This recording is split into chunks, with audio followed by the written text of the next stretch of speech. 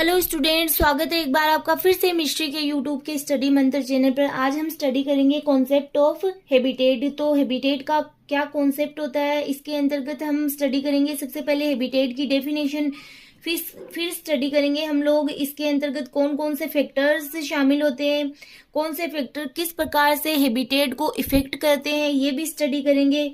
फिर हम इसके अंतर्गत जैसे कि कौन कौन सी कैटेगरीज है वो हैबिटेट के अंतर्गत आती है, ये भी हम स्टडी करेंगे। तो let's start about concept of habitat. सबसे पहले डेफिनेशन आपके, habitat can be defined as the natural environment.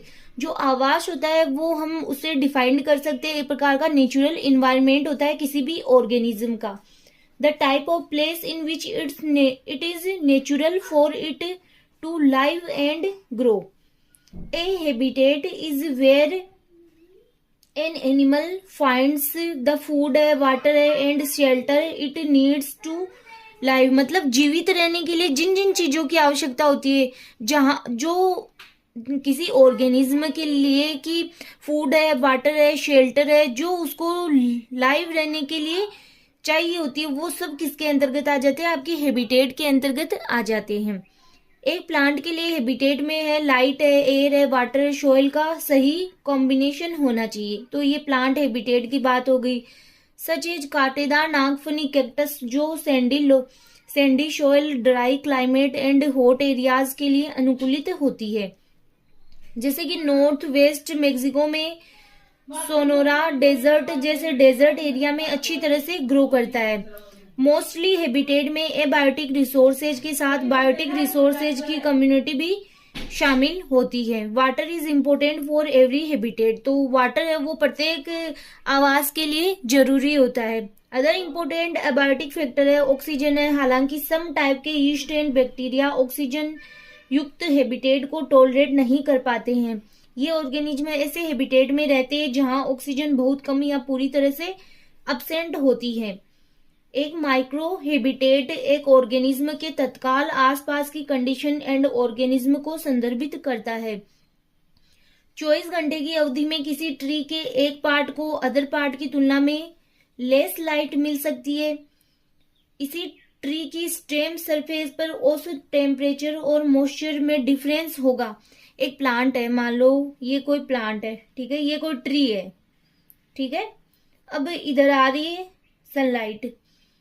अब ये सनलाइट जितना इस पोर्शन पे गिर रही है वो जरूरी थोड़ा ना इस पोर्शन पे गिरेगी।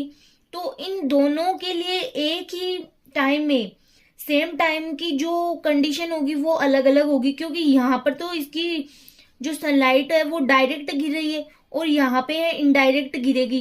तो इधर वाला पार्ट ज्यादा इफेक्ट होगा, मतलब इधर फोटोसिंथेसिस की प्रोसेस ज्यादा होगी और इधर कम होगी, क्योंकि ग्रीन पार्ट है, जो ग्रीन टिश्यूज है वो तो इधर भी प्रेजेंट है इधर भी प्रेजेंट है, लेकिन इनको डायरेक्ट ही क्या मिल रही है, सनलाइट मिल रही है। तो एक समय में दोनों की कंडीशन, एक ही प्लांट के लिए एक ही समय में दोनों के लिए दोनों साइड की कंडीशन अलग अलग है। तो ये लाइन यही शो कर रही है। नेक्स्ट आपके लेस लाइट मिल सकती है। इसी ट्री की स्टेम सरफेस पर औसत टेम्परेचर और मॉइस्चर में डिफरेंस हो सकता है। तो ये हमने डिफरेंस देख लिया है, यानी जहां सनलाइट कम मिलेगी सरफेस अपेक्षाकृत ठंडी होगी। मतलब इधर वाली सरफेस क्या है, एक प्लांट की ठंडी है और इधर वाली सरफेस को ज्यादा टेम्परेचर मिला है, तो क्या हो रही है, ये हमें गर्म सरफेस मिलेगी।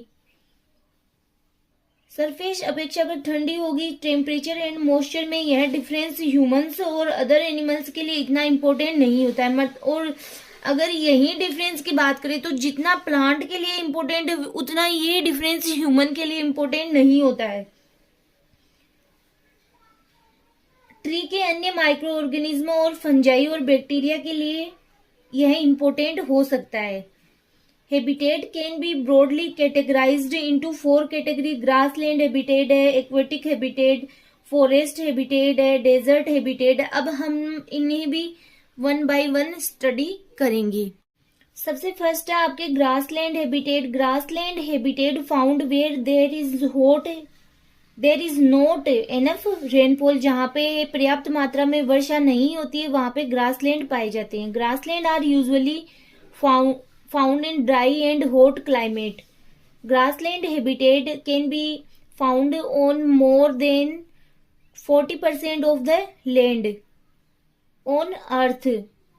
They are wide and open areas. ये कैसे एरिया होते हैं? वाइड और ओपन एरियाज होते हैं, मोस्टली कवर विथ ग्रासेज से कवर होते हैं, जैसे कि ट्रॉपिकल एंड टेम्परेट ग्रासलैंड इसके एग्जाम्पल हो गए। Next, aquatic habitat.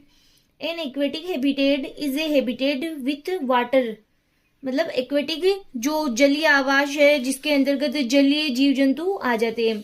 Include fresh water habitat like lakes, ponds, river and etc..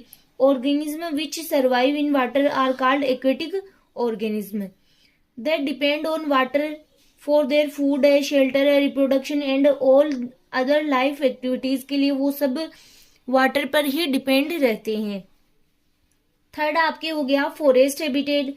Forest is a habitat for many plants. अब फॉरेस्ट है उसके अंतर्गत मेनी प्लांट्स है, एनिमल्स है, तो इनका हैबिटेट हो सकता है, जिसके अंतर्गत हमें क्या मतलब इनको सस्टेनेबल इन्वायरमेंट मिल रहा है। जैसे कि अगर एग्जाम्पल की बात करें तो एलिफेंट है, ये तो हो गए मतलब एनिमल्स के अंतर्गत। लोइन है, जिराफ है, ये सारे। अगर प्लांट्स की बात करें तो नीम है और अदर प्लांट्स जैसे कि प्लास है, ये सब किसके अंतर्गत आ गए? फॉरेस्ट हैबिटेट के प्लांट्स के अंतर्गत। Forest is a habitat of for many plants and animals because it provides a sustainable environment for them. For example, neem, plas, elephants, jackals, tiger, etc. Forests provide home for many animals and plants and also provide favorable condition for their growth and survival.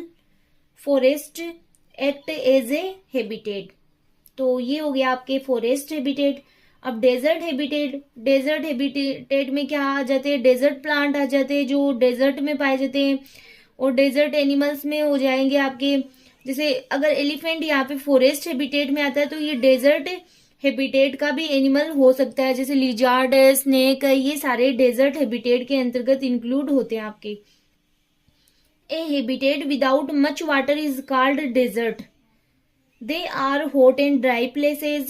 The Sahara is known as the world's largest desert, covering over 8.54 million square kilometre area ये cover करता है। तो सबसे बड़ा जो desert है world का वो है सहारा रेगिस्तान। It is largest and the hottest desert in the world. These plants include in desert habitat yucca, agave, cactus, epiphyra and other desert plants.